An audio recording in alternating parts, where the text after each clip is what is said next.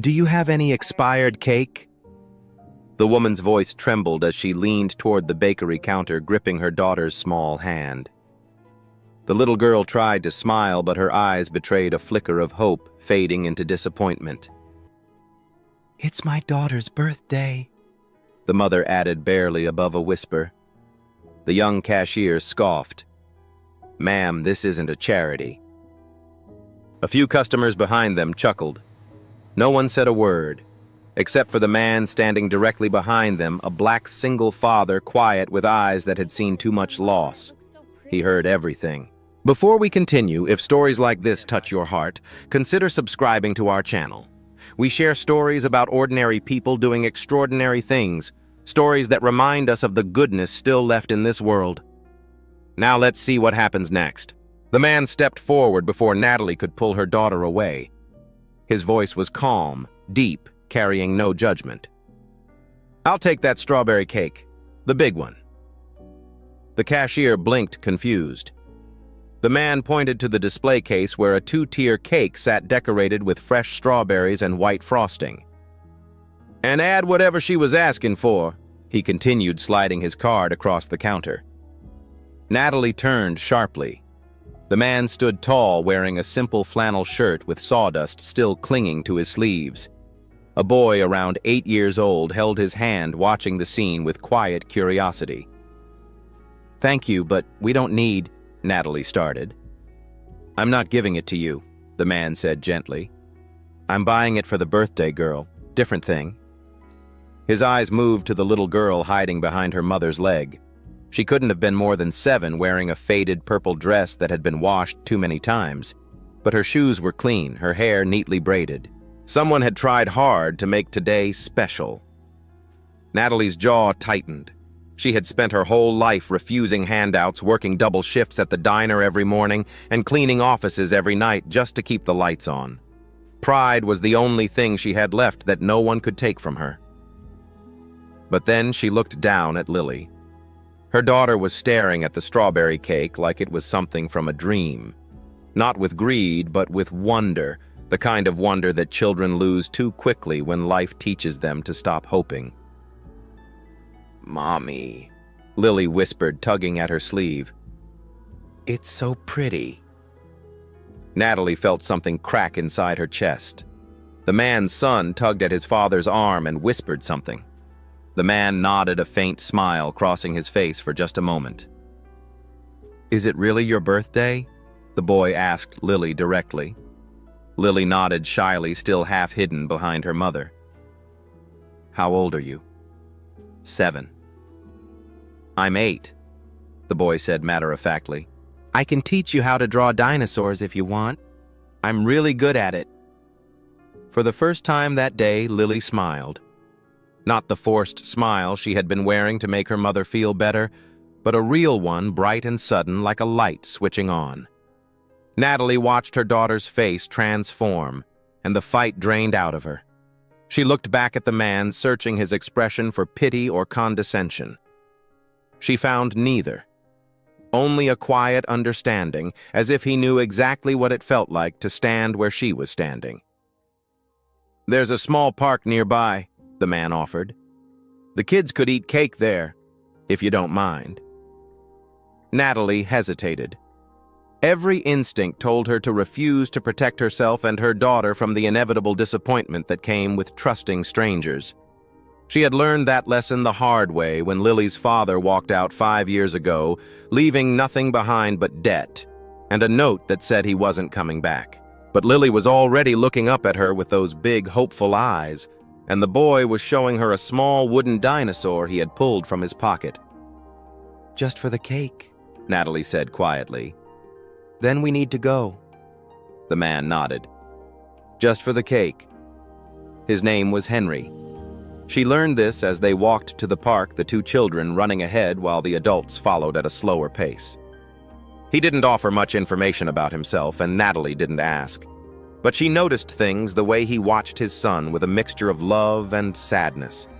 The wedding ring he still wore on his left hand, the careful way he spoke as if words cost him something. The park was small, just a patch of grass with a few benches and an old oak tree. Henry stopped at a convenience store on the way and bought candles and a plastic knife. When Natalie tried to object, he simply said, "Can't have a birthday without candles." They sat on a wooden bench while Jaden and Lily settled on the grass with the cake between them. Henry lit 7 candles and placed them carefully in the frosting. "Make a wish," he told Lily. The little girl closed her eyes tight, her face scrunched with concentration. Natalie watched her daughter's lips move silently, forming words only she could hear. Then Lily opened her eyes and blew out all the candles in one breath. "What did you wish for?" Jaden asked. "Can't tell," Lily said seriously. "Or it won't come true." Jaden nodded with equal seriousness, accepting this universal truth. As the children ate their cake, laughing at the frosting on each other's faces, Natalie found herself sitting in a strange kind of peace she hadn't felt in years. The afternoon sun filtered through the oak leaves, casting dancing shadows on the grass. For a moment, she could pretend that this was normal, that she wasn't drowning in bills, that she hadn't just humiliated herself in front of strangers, that her daughter could have birthday cakes and parks and new friends whenever she wanted. Henry sat beside her, not speaking, not expecting conversation. He seemed comfortable with silence in a way that most people weren't. "You didn't have to do this," Natalie finally said. "I know." "Then why?" Henry watched his son showing Lily how to fold a napkin into a bird. The boy was patient, guiding her small fingers through each step. "My wife used to say that kindness costs nothing but can be worth everything," he said quietly. "She was better at remembering that than I am, but I try."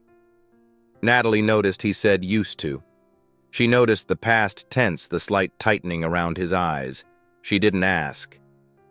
"Jaden hasn't talked to another kid like that in a long time," Henry continued. "Not since his mother passed.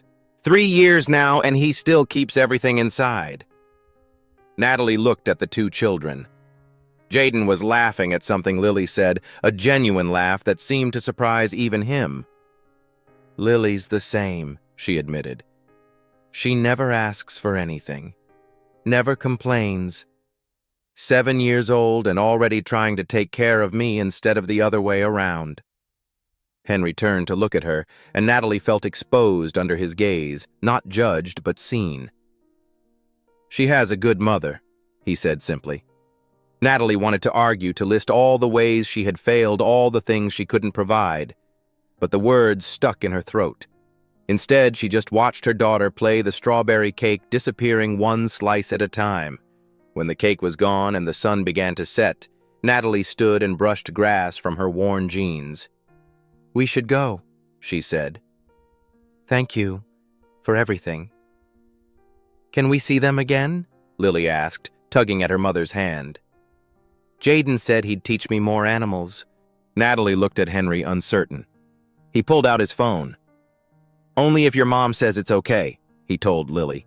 Then to Natalie, "No pressure. But Jaden goes to Lincoln Elementary. If Lily ever wants a drawing lesson." Natalie recognized the school name. It was the same school Lily attended, just in a different grade. "We'll see." She said the same phrase she used when she meant no but couldn't bear to say it. But as they walked away, Lily clutching her hand and chattering happily about dinosaurs and napkin birds and her new friend Jaden, Natalie realized she didn't want to say no. For the first time in years, she had met someone who didn't make her feel small or pitied or broken. She had felt something she'd almost forgotten existed. Hope. Behind them, Henry watched the mother and daughter disappear around the corner. Jaden tugged at his sleeve. "Dad." "Can we see them again?" Henry looked down at his son, at the brightness in his eyes that had been missing for 3 long years. "We'll see," he said. But unlike Natalie, when Henry said it, he meant yes. A week passed before Natalie saw Henry again. She had told herself it was a one-time thing, a random act of kindness from a stranger she would never see again. She had even started taking a different route to avoid the bakery, as if the building itself might remind her of the humiliation she had felt that Saturday afternoon. But fate had other plans. The public library was free, which made it one of Lily's favorite places. Natalie took her there every Thursday evening after her morning shift at the diner before she had to leave for the office cleaning job. It was their ritual 2 hours of peace among the books, while Lily explored the children's section and Natalie rested her aching feet. That Thursday, Lily spotted Jaden before Natalie even noticed they weren't alone. "Mommy, it's Jaden." The boy looked up from his book and his face broke into a rare smile. "Hey, birthday girl." Natalie's heart sank and lifted at the same time. She scanned the room and found Henry sitting at a table nearby, a stack of woodworking magazines in front of him. He raised his hand in a small wave, looking almost as surprised as she felt. The children were already sitting together, Jaden pulling out his sketchbook to show Lily his latest drawings. Natalie had no choice but to walk over to Henry. "Small world," she said, trying to sound casual. "Small town," Henry replied. "Jaden likes coming here after school, says the books are quieter than people." Natalie almost smiled at that. She understood exactly what the boy meant. They sat across from each other, the silence between them uncomfortable at first. Natalie pretended to read a magazine while Henry pretended to study his woodworking plans. But every few minutes their eyes would drift to the children watching Lily and Jaden huddled together over the sketchbook. "She talks about him," Natalie admitted quietly. "Every day since the park. Jaden this, Jaden that. I think she's decided he's her best friend." Henry nodded slowly. "Jaden's the same. First time he's wanted to talk about anyone since." He didn't finish the sentence. He didn't need to. The hour passed faster than Natalie expected. When it was time to leave, Lily begged for 5 more minutes, then 10. Natalie finally had to promise they would come back next Thursday just to get her daughter out the door. As they walked to the exit, Henry caught up with them. "Natalie." He said her name carefully like he wasn't sure he had the right to use it. "I meant what I said about the school. If Lily ever needs a ride home or anything, Jaden's there too." Natalie wanted to refuse. She wanted to keep the walls up to protect herself from whatever this was becoming. But she looked at Lily, who was waving goodbye to Jaden with both hands, and she heard herself say, "We'll see." This time, she almost meant yes. 2 weeks later, Natalie discovered what she probably should have known from the start. Lily and Jaden attended the same school. She found out when she took a rare afternoon off to pick up Lily herself instead of sending her to the after-school program. Standing outside the gates of Lincoln Elementary, she spotted Henry leaning against his truck, waiting. Their eyes met across the crowd of parents. "We have to stop meeting like this," Henry said when she walked over. "Are you following me?" "Pretty sure I was here first." Despite herself, Natalie laughed. It was a small sound, rusty from disuse, but real. The school bell rang and children poured out of the building like water from a broken dam. Natalie searched the crowd for Lily's purple backpack, the same one she'd had since kindergarten because new backpacks cost money Natalie didn't have. She found Lily walking hand in hand with Jaden, the 2 children chattering away like they'd known each other their whole lives. "Mom!" Lily ran toward her, dragging Jaden along. "Jaden gave me something. Look." She held up a small wooden dinosaur carved with careful detail. Natalie recognized it. It was the same one Jaden had shown Lily at the bakery that first day. "Jaden, that's yours," Natalie said. "You should keep it." The boy shrugged, looking at his feet. "I can make more. Dad taught me. Besides, Lily said she never had a dinosaur before." Natalie looked at Henry, who seemed just as surprised as she was. "He's never given that to anyone," Henry said quietly. "His mother bought it for him. Before." The weight of the gesture settled over Natalie like a heavy blanket. She knelt down to Jaden's level. "Thank you," she said softly. "We'll take very good care of it." Jaden nodded seriously, then looked up at his father. "Dad, can Lily come see your workshop? I want to show her where we make stuff." Henry hesitated, glancing at Natalie. She could see him calculating, weighing the risks of letting someone new into their world. Maybe someday, Henry said. If her mom says it's okay. Natalie felt the familiar urge to refuse to keep things simple and safe. But Lily was looking at her with those eyes, the same eyes that had stared at the birthday cake in the bakery, full of hope and fear of disappointment. Maybe someday, Natalie echoed. And for the first time, she actually meant it. The maybe became a yes 3 weeks later. It was raining hard when Natalie arrived at the school, only to find that Lily wasn't there. The after-school program coordinator explained apologetically that Lily had been picked up an hour ago by the man with the truck, Jaden's father. He said you knew. Natalie's heart nearly stopped. She ran to her car, hands shaking as she pulled out her phone. She had never exchanged numbers with Henry. She didn't even know his last name. But she remembered him mentioning his woodworking shop was near the old mill on Cedar Street. She drove there through the rain wipers, barely keeping up with the downpour, her mind racing through every terrible scenario. When she pulled up to the small workshop, she saw Lily through the window, perfectly safe, sitting at a workbench with Jaden, while Henry showed them how to sand a piece of wood. Natalie burst through the door, soaking wet, chest heaving. "Lily!" Her daughter looked up, confused by her mother's panic. "Mommy, Mr. Henry said he told the school to call you." Henry stood up immediately, hands raised in apology. "Natalie, I'm so sorry. The school said they'd call. The rain was getting bad and I didn't want the kids waiting outside. You should have asked me first." Natalie's voice was shaking, though she wasn't sure if it was from fear or relief or something else entirely. "You're right. I'm sorry." The fight drained out of Natalie as quickly as it had come. Lily was safe. Lily was happy. Lily was looking at her with worried eyes, afraid she had done something wrong. "It's okay, baby," Natalie said, pulling her daughter into a hug despite her wet clothes. "I was just scared. I didn't know where you were." Henry grabbed a towel from a shelf and handed it to her. "Let me make you some coffee. You're soaked." Natalie wanted to refuse, but she was cold and tired, and Lily was already asking if they could stay a little longer because Jaden was teaching her how to make a wooden box. "Just until the rain stops," Natalie said. The rain didn't stop for 2 hours.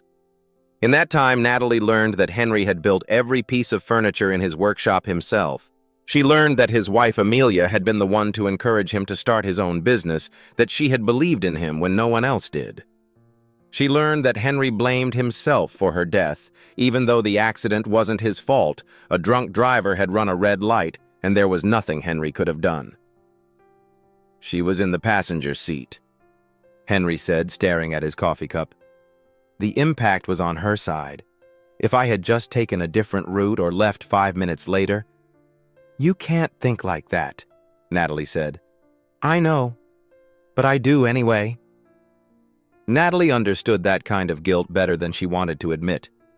She carried her own version of it, the belief that she had somehow failed Lily by choosing the wrong man to be her father, by not seeing the signs that he would leave, by not being enough to make him stay.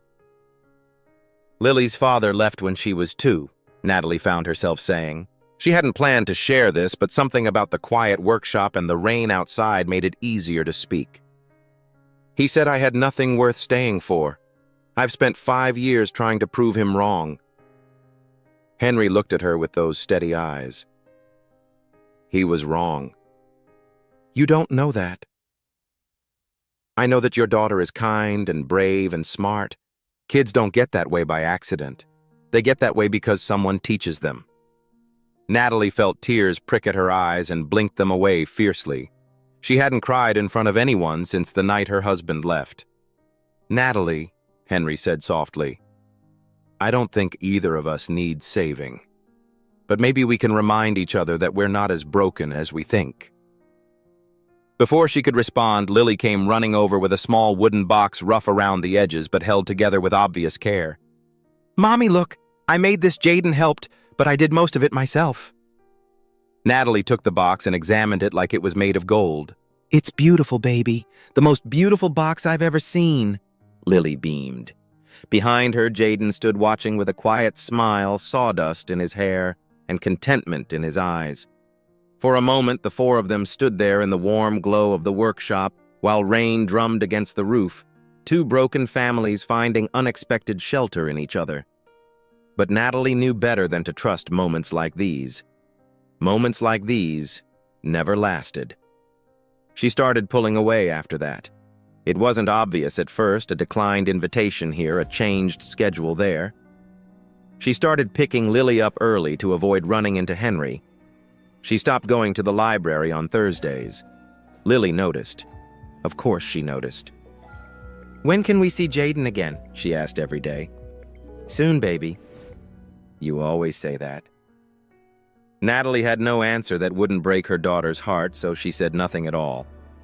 She told herself she was being smart. She told herself that getting attached would only lead to pain. She told herself that Henry was a good man who deserved someone whole, not someone held together with tape and prayers. But late at night, when Lily was asleep and the apartment was quiet, Natalie would take out the small wooden dinosaur and turn it over in her hands. She would think about Henry's workshop, about the way he looked at her like she was worth something, about the words he had said that rainy afternoon. Maybe we can remind each other that we're not as broken as we think, but what if they were? What if she let him in, and he saw the truth that she was barely holding on, that some days the only thing keeping her going was Lily's face in the morning? What if he realized she had nothing to offer, just like her husband had? Better to end it now before it really began.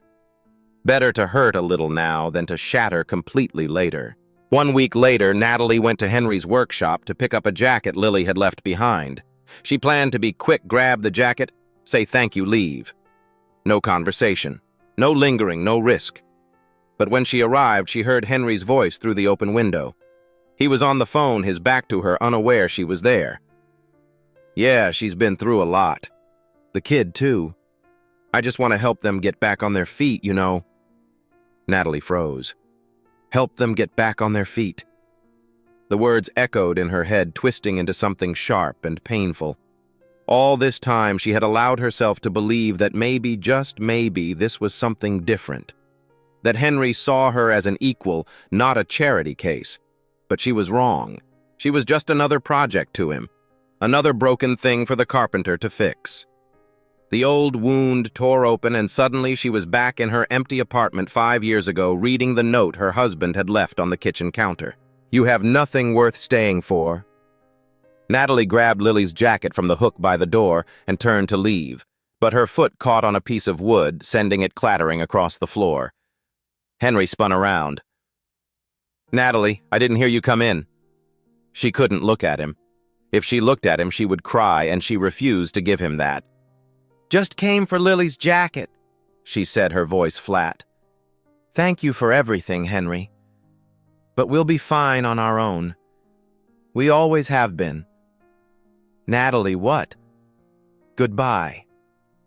She walked out into the afternoon sun, and she didn't look back. Henry called. Natalie didn't answer. He came to her apartment building once. She saw his truck through the window and stayed hidden until he left. Lily stopped asking about Jaden. Instead, she grew quiet, spending hours alone with her crayons and paper. Natalie found her one night sitting on her bed staring at a drawing. It showed 4 people standing in front of a house, a woman, a man, a girl, and a boy. At the bottom, in Lily's careful handwriting, were 2 words, "My family." "Baby," Natalie whispered, sitting down beside her. "What is this?" "Nothing." Lily folded the paper quickly, hiding it under her pillow. "Just a picture." Natalie felt her heart crack down the middle. She wanted to explain that she was protecting them both, that loving people only led to losing them, that it was better to be alone than to be abandoned. But how could she say that to a 7-year-old who had never asked for anything except to not be lonely? That night after Lily fell asleep, Natalie sat alone in the dark living room and cried for the first time in 5 years. Across town, Jaden sat at the kitchen table, his sketchbook closed in front of him. He hadn't drawn anything in a week. The colored pencils Henry had bought him sat untouched in their case. "You should eat something," Henry said, setting a plate of food in front of his son. Jaden pushed it away. "Not hungry." "Jay, why did they stop coming, Dad?" Henry had no answer. He had replayed his last conversation with Natalie 100 times, trying to understand what had changed. One moment everything seemed fine, and the next she was looking at him like he was a stranger, worse, like he was someone who had hurt her. "I don't know, son." "Did I do something wrong?" "No." Henry knelt beside his son's chair, taking the boy's hands in his own. "No, you didn't do anything wrong. Sometimes adults have problems that don't make sense to kids. That's not your fault." Jaden was quiet for a long moment. Then he said something that broke Henry's heart. "Dad, I miss them, and I think Mom would want you to be happy." Henry felt the words hit him like a physical blow. For 3 years, he had been so focused on protecting Jaden from more loss that he hadn't realized his son was watching him drown. Amelia's voice echoed in his memory the last thing she had said to him before she closed her eyes for the final time. "Take care of Jaden." He had thought that meant keeping Jaden safe, keeping him sheltered from pain. But maybe it meant something else. Maybe it meant teaching his son that love was worth the risk, that happiness was still possible even after loss. Jaden reached into his backpack and pulled out his sketchbook. He opened it to a page Henry hadn't seen before. The drawing showed 5 figures standing together: Henry, Jaden, Natalie, Lily, and floating above them all a woman with wings and a gentle smile. "That's Mom," Jaden said, pointing to the figure in the sky. "She's watching us. She'll protect all of us." Henry stared at the drawing for a long time. His son had done what he couldn't. He had found a way to move forward without leaving Amelia behind. "I need to fix this," Henry said quietly. "How?" Henry looked at his son, at the hope still shining in those young eyes despite everything. "I'm going to tell her the truth." He grabbed his keys and walked out into the night. The knock came at 11 o'clock at night. Natalie sat frozen on the couch, her eyes still red from crying. She knew who it was before she even looked through the peephole. Only one person would show up at her door this late. "Natalie." Henry's voice was muffled through the wood. "Please, I need to talk to you." She pressed her forehead against the door, willing herself not to open it. If she opened it, she would have to face him, and if she faced him, she might break. "It's late, Henry. Lily's asleep." "Then come outside, just for a minute, please." Natalie closed her eyes. Every rational part of her brain screamed to stay inside, to keep the door between them, to protect herself the way she had learned to do. But her hand was already reaching for the lock. She stepped into the hallway, pulling the door mostly closed behind her. Henry stood under the flickering hallway light, still wearing the same flannel shirt from the workshop. He looked like he hadn't slept in days. "I know what you heard," he said without preamble. "I know what you think. I don't need your pity, Henry." Pity. The word seemed to catch him off guard. "Natalie, is that what you think this is? I heard you on the phone. You want to help us get back on our feet. Like we're some kind of project." Henry ran his hand over his face, frustration and exhaustion written in every line. "You didn't hear the whole conversation." "I heard enough." "No, you didn't." He took a step closer, and Natalie forced herself not to back away. "You heard me say I wanted to help you. You didn't hear what I said after." Natalie crossed her arms over her chest, a shield against whatever was coming. "Then tell me." Henry looked at her for a long moment, and when he spoke his voice was different, softer, more vulnerable than she had ever heard it. "I said I wanted to help you get back on your feet. But then I said you and Lily were helping me more. That Jaden smiles again because of your daughter. That I feel like I can breathe again when I'm around you." He swallowed hard. "I said I haven't felt that since Amelia." The words hung in the air between them, heavy with meaning. "I'm not here to save you, Natalie," Henry continued. "I never was. I'm here because you saved me first. You and Lily. You reminded me that it's okay to live again. Natalie felt the walls she had built start to crack. She wanted to believe him. God, she wanted to believe him so badly it hurt. How do I know you won't leave? The question came out before she could stop it, small and broken and full of every fear she had carried for 5 years. You don't, Henry said honestly. I can't promise you forever because nobody can. But I can promise you that I'm not going anywhere by choice. I can promise that whatever happens, I'll face it with you instead of running from it. He reached into his pocket and pulled out something small. In the dim hallway light, Natalie saw it was a photograph worn at the edges from years of handling. This is Amelia, Henry said, holding it out to her. I've kept her in my pocket every day since she died. Not because I'm stuck in the past, but because she reminds me of what matters. Natalie looked at the photo. A beautiful woman with warm eyes and a bright smile looked back at her. She could see traces of that smile in Jaden. The night she died, her last words were about Jaden. She told me to take care of him. Henry's voice wavered but didn't break. For 3 years, I thought that meant protecting him from pain, keeping him safe by keeping him closed off. But Jaden showed me something tonight. What? He showed me a drawing he made. It had all 4 of us in it, me, him, you, Lily. And above us he drew Amelia with wings watching over everyone. Henry took a shaky breath. My 8-year-old son understood something I've been too scared to see. Taking care of him doesn't mean hiding from life. It means showing him that love is worth the risk even when it's terrifying. Natalie felt tears spilling down her cheeks, and this time she didn't try to stop them. I'm scared, Henry. What if I mess this up? What if I'm not enough? Then we'll figure it out together, Henry said. That's how it works. He reached out slowly, giving her time to pull away if she wanted. When she didn't, he took her hand in his gentle, warm, steady. You're not a burden, Natalie. You never were. You're a gift. Something inside her finally let go. The fear didn't disappear. She wasn't sure it ever would completely. But for the first time in 5 years, it wasn't the loudest voice in her head. She stepped forward and let Henry hold her while she cried, not tears of sadness, but tears of relief, of release, of something that felt dangerously close to hope. The next morning, Henry brought Jaden to see Lily. The 2 children spotted each other across the apartment parking lot and ran without hesitation. They collided in a hug so fierce that Jaden's sketchbook went flying, pages scattering across the asphalt. I missed you, Lily said into his shoulder. I drew you something, Jaden replied, pulling back to gather the fallen pages. He found the one he was looking for and handed it to her with careful reverence.